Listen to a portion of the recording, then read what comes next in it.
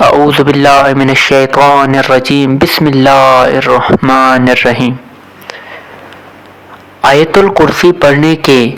حیرت انگیز فضائل۔ حدیث میں آتا ہے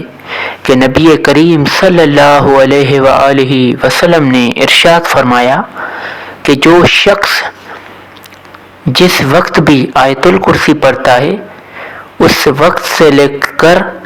اگلے دن وہی وقت آنے تک اللہ تعالیٰ اس کے لیے ایک فرشتہ مقرر فرما دیتے ہیں جو کہ اس کے نامہ اعمال میں نیکیاں لکھتا رہتا ہے اور گناہ مٹاتا رہتا ہے۔ اور اب اگر کوئی روزانہ ہر فرض نماز کے بعد ایک مرتبہ آیت الکرسی پڑھ لیا کرے تو روزانہ کم از کم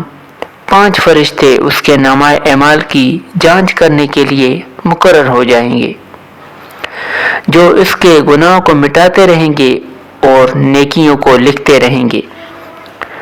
اور دوسری حدیث میں نبی کریم صلی اللہ علیہ وآلہ وسلم نے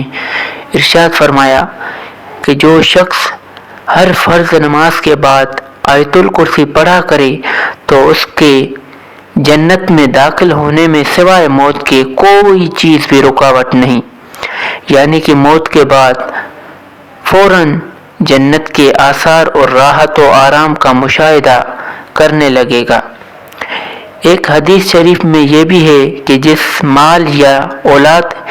پر آیت الکرسی پڑھ کر دم کر دو یا لکھ کر مال میں رکھ دو یا بچے کے گلے میں ڈال دو